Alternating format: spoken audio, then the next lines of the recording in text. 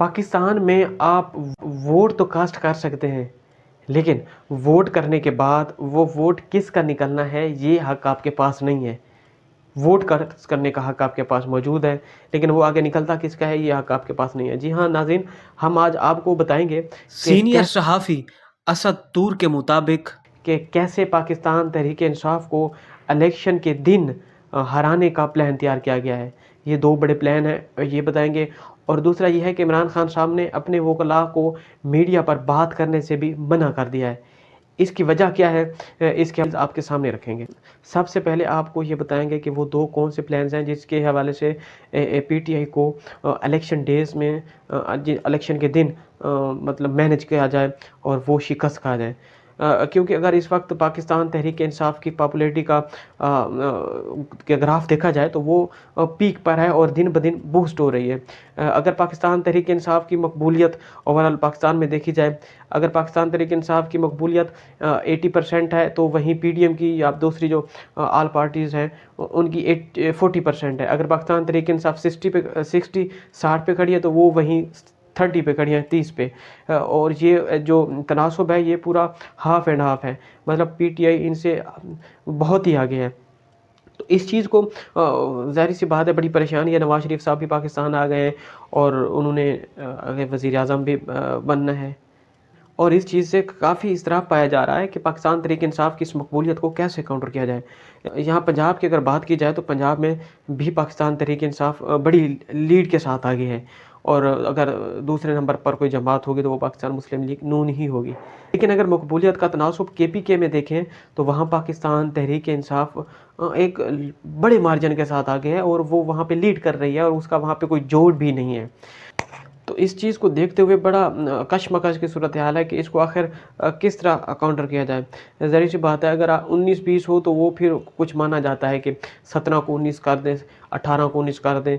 लेकिन जब ये मार्जिन बहुत ज़्यादा हो, फॉर एग्ज़ाम्पल अगर ये मार्जिन 10 पे चला जाए, 11 पे, अब 11 को 19 नहीं किया जा सकता और ये बड़ा मुश्किल है। तो इसलिए 2 प्लान्स तैयार किए गए हैं कि पाकिस्तान तहरीक-ए-इंसाफ को इन 2 प्लान्स के तहत इलेक्शन डे पे पोलिंग के दिन उसको इन 2 प्लान्स की इम्प्लीमेंटेशन करके पाकिस्तान तहरीक-ए-इंसाफ को पोलिंग डे पे मात दी जाए।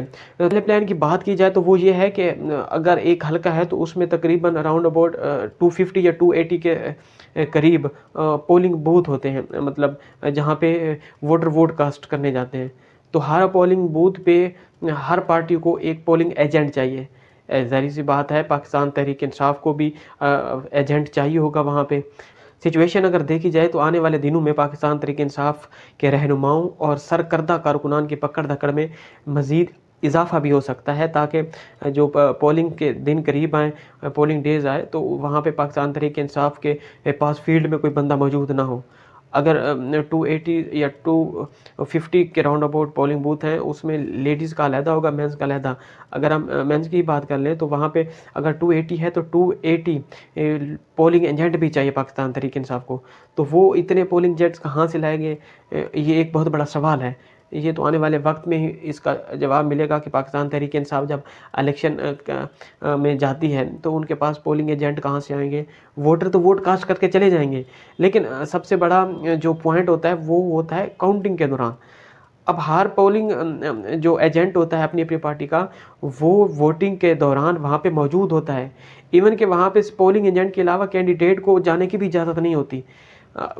वोटर वोट कास्ट करने के बाद जब आरओ काउंटिंग करता है तो वो तमाम जो कैंडिडेट होते हैं उनके पोलिंग एजेंट के साथ बैठ के काउंटिंग करता है। मुकम्मल हो जाती है तो वो जो रिज़ल्ट होता है, जो फॉर्म एक होता है, उस फॉर्म पे वो सिग्नेचर लेता है हर कैंडिडेट के पोलिंग एजेंट के कि जी ये मेरी मौजूदगी के अंदर ये सारी काउंटिंग हुई है, ये दुरुस्त है, और उस पे वो सिग्नेचर लेके फिर आगे ट्रांसफ़र करता है वो आरओ।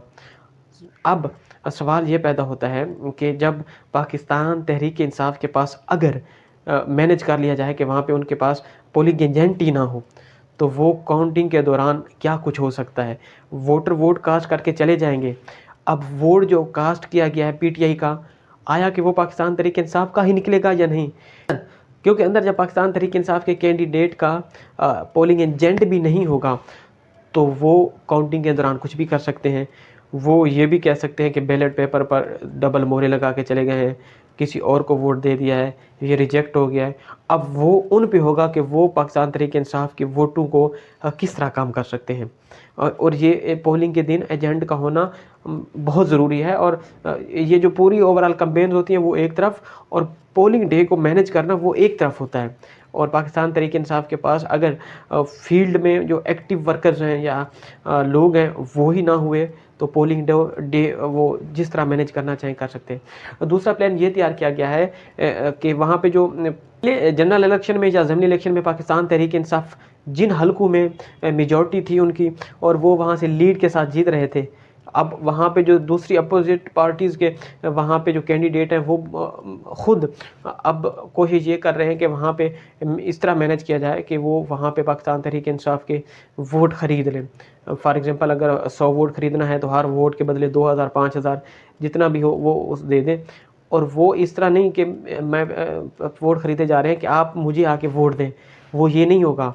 क्योंकि अब ज़ाहिर है एक बंदे ने पैसे ले लिए, अब शनाख्ती कार्ड भी उसके पास है, पोलिंग बूथ के अंदर जाके किसी ने देखना नहीं है कि वो वोट किसको कर रहा है, वो अपनी मर्ज़ी के कैंडिडेट को ही कर सकता है। स्ट्रेटजी ये अपनाई जा रही है कि वो उनसे पोलिंग डे से 1-2 दिन पहले उनसे आईडी कार्ड ले लिए जाएंगे, पैसे दे दिए जाएंगे। आईडी कार्ड लेने के बाद उन्हें कहा जाएगा कि आपने वोट कास्ट करने नहीं जाना। सीधी सी बात है, जब वोटर के पास आईडी कार्ड ही नहीं होगा तो वो वोट करने कैसे जाएगा।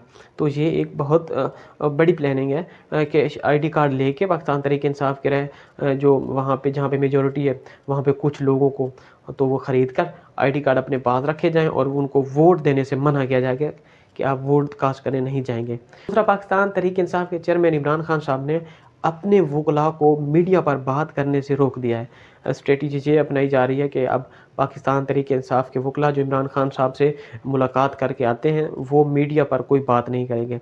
क्योंकि पिछले दिनों इमरान खान साहब के वकील आफ्ताब बाजवा ने एक दावा किया था कि खान साहब को कोई खुदा न खास्ता जहर देने की कोशिश की गई है, और भी बहुत बातें की कि फिर उसके बाद प्रेशर आया या जो चीज़ें भी थी, उसके बाद आफ्ताब बाजवा साहब ने उन बातों पे यू टर्न ले लिया। लेकिन इमरान खान साहब ने अब स्ट्रेटजी अपनाई है कि जो उनसे वकला बात अंदर मुलाकात करके आएंगे वो अब मीडिया पर कोई बात नहीं करेंगे, चाहे वो शेर अफजल मरवत हो गया या कोई भी इमरान खान साहब का वकील है। उनमें से कुछ चंद नाम दिए हैं इमरान खान साहब ने जो खान साहब से अंदर मुलाकात करने के बाद मीडिया पर आकर केस के हवाले से बता सकते हैं। उनमें से एक नाम शुएब शाहीन साहब का है, दूसरा जो बड़ा नाम है वो बैरिस्टर गौहर साहब है, और तीसरे जो जिनका नाम है वो सलमान सफदर साहब हैं। वो आके इमरान खान साहब से मुलाकात करने के बाद सिर्फ ये 3 वकला मीडिया पर आकर केस के हवाले से बात कर सकते हैं। बाकी जो वकला हैं उन पर इमरान खान साहब ने पाबंदी लगा दी है कि आप मुलाकात के बाद कोई मीडिया टॉक नहीं करेंगे। अब तक के लिए इतना ही, अगली वीडियो में फिर मिलेंगे। अल्लाह हाफ़िज़।